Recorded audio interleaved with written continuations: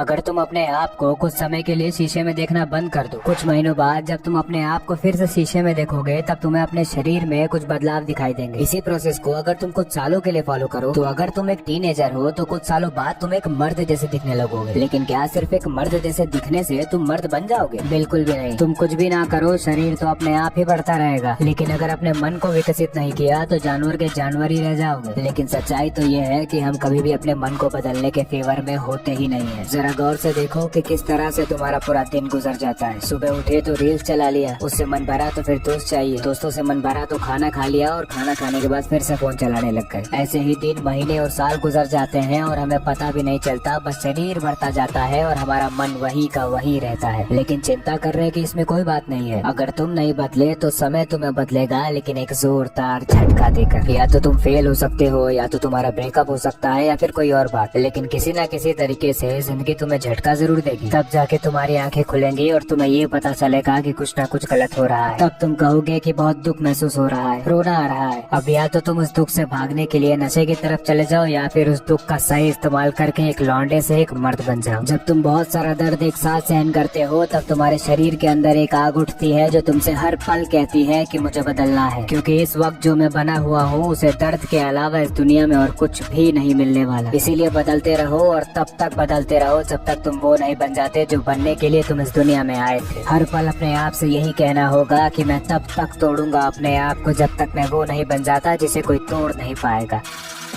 अगर तुम उस व्यक्ति से मिलना चाहते हो जो अपने आप को बदलने का संकल्प ले चुका है तो उसे तुम दो जगह पर पाओगे। या तो तुम उसे किसी जिम में वर्कआउट करते हुए पाओगे, या फिर अगर तुम्हें किसी स्टडी टेबल पर बहुत ही फोकस के साथ कोई व्यक्ति पढ़ता हुआ दिखे तो समझ जाना ये वही है। इन लोगों को जरा गौर से देख लेना, क्योंकि तुम भी कुछ ऐसे ही हो जाने वाले हो। तुमने कभी न कभी इन लोगों के बारे में ऐसा भी सोचा होगा कि इतना कोई कैसे पढ़ सकता है, या फिर वर्कआउट के साथ इतना कंसिस्टेंट कोई कैसे रह सकता है। जब अंदर अपने आप को बदलने की आग लगी होती है और जिंदगी हर पल तड़पा रही होती है तब इंसान कुछ ऐसा ही हो जाता है। तुम्हें भी ऐसा ही हो जाना है। और जब तुम ऐसे हो जाओगे तो जो तुम्हारे जैसा होगा वो तुम्हारे साथ हो जाएगा, और जो अभी भी वैसे ही जिंदगी जीना चाहता है वो तुमसे अलग हो जाएगा। चिंता मत करो, तुम्हें किसी को हटाने की जरूरत नहीं होगी, सब कुछ अपने आप होगा। क्योंकि जब तुम आग के जैसे जलने लग जाओगे तो तुम्हारे आसपास के सारे मोम के पुतले पिघलने लग जाएंगे। मुश्किल से एक दो दोस्त होंगे तुम्हारे, और उनसे भी तुम बहुत कम ही मिल पाओगे, क्योंकि वो भी कहीं न कहीं आग लगा रहे होंगे। अगर तुम सही रास्ते पर चल रहे होगे तो तुम्हें अकेले होने पर कभी भी डर नहीं लगेगा, क्योंकि पहले तुम झुंड का हिस्सा रहकर ये देख चुके हो कि तुम्हारा कोई फायदा नहीं हुआ। तुमने संकल्प बांध लिया है अपने आप को बदलने का। अब कोई साथ चले या ना चले कोई फर्क नहीं पड़ता।